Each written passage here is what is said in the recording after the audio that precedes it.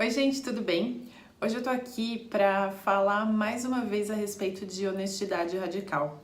Para quem tá acompanhando os vídeos aí, sabe que esse assunto mexeu muito comigo, principalmente porque eu percebi que eu mentia em vários momentos, né? E muito recentemente eu recebi um e-mail onde o autor da Honestidade Radical colocava algumas perguntas e respostas de algumas pessoas, né? E a primeira pergunta que veio foi: o que é uma mentira? E aí eu achei muito interessante assim a resposta e queria compartilhar aqui com vocês essas perguntas e respostas para a gente trocar um pouquinho a respeito disso, né? Então a primeira pergunta é assim: o que é a mentira e por que é tão estressante, né? Então ele fala assim, que mentir é ocultar, esconder ou manipular alguma informação porque você tenta com isso manipular a opinião que alguma pessoa tem a seu respeito. E aí quando você faz isso, então veja bem, né? Porque a gente já liga uma coisinha aqui na nossa mente que diz, eu acho que eu minto bastante, né? Porque é esconder, manter algo oculto, né? Ou distorcer alguma coisa para manipular a opinião que uma pessoa tem de você.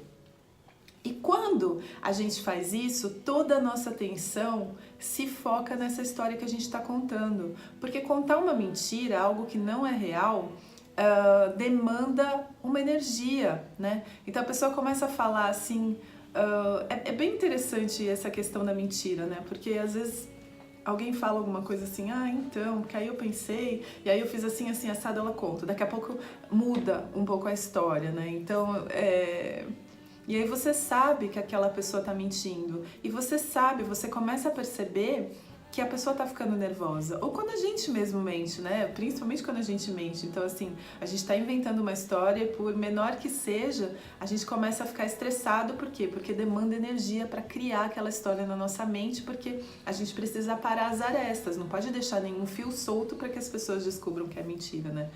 E aí, quando a gente conta essa mentira, o nosso foco tá todo nessa mentira. E aí eu não consigo me focar em outras coisas. E por isso, contar mentira é muito estressante, né? Aí a segunda pergunta que mandaram para ele é assim, ó: é possível ser completamente honesto sem magoar as pessoas, sem ferir os sentimentos das pessoas? Ele fala, não, provavelmente não. Mas aí é muito legal, né? Porque assim, a gente usa muito essa desculpa para não falar a verdade. Então a gente fala assim, eu não falei porque senão o fulano ia ficar chateado, ia ficar magoado, ia ficar triste, né? E ele diz assim que é possível você ter uma conversa, magoar alguém, falar algo que a pessoa não goste e vocês dois podem superar isso juntos. Então você pode, junto com a pessoa, né, guiá-la, ou na verdade falar assim, olha, eu sinto o que eu sinto em relação a você, ou enfim, eu não gosto de você, ou alguma coisa nesse sentido. E a pessoa que recebe isso, por outro lado, quando a gente fica segurando a informação e, como eu posso dizer, e com medo, né, de ferir essa pessoa, intrinsecamente, assim, inconscientemente, o que eu tô dizendo para aquela pessoa é: você não é capaz de lidar com a verdade. Então é como se eu, na minha mente, tirasse da pessoa essa capacidade, tirasse o poder dela que ela tem de compreender a verdade. E aí, por outro lado, quando eu digo a verdade, eu posso passar por esse processo da mágoa junto com a pessoa, falar, bom, isso aqui é só entende?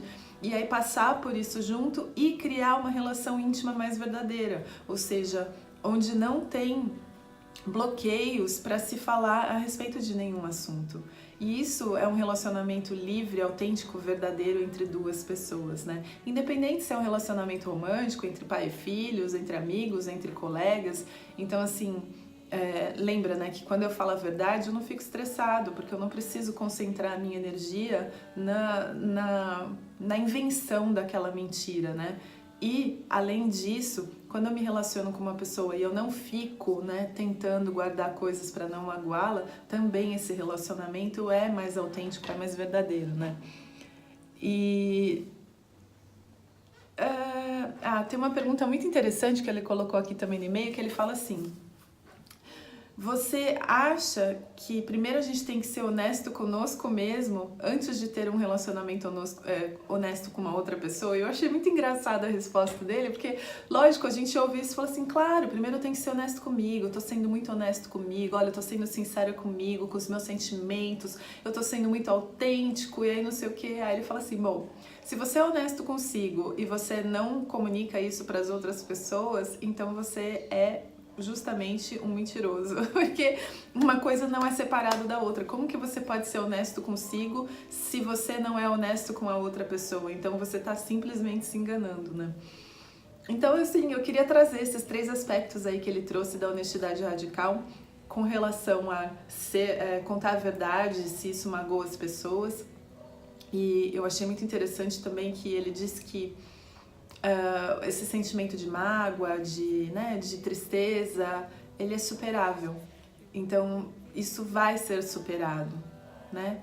Agora, toda uma vida construída em cima de uma mentira é muito mais difícil de dissolver-se, de desmantelar, de tornar uma vida verdadeira, né? Então, era isso que eu queria compartilhar aqui hoje com vocês. Mais uma vez sobre honestidade radical. Eu vou participar de um workshop online e eu tô super animada, super empolgada, ao mesmo tempo que, pra falar a verdade, eu tô morrendo de medo, porque eu sei que eu minto em várias instâncias, em vários momentos, mas eu tô aí, assim, de verdade, fui tocada por essa mensagem da honestidade e por isso eu venho aqui muitas vezes compartilhar isso com vocês. Super, super, super obrigada pela atenção de vocês, gente. Até o próximo vídeo e namastê!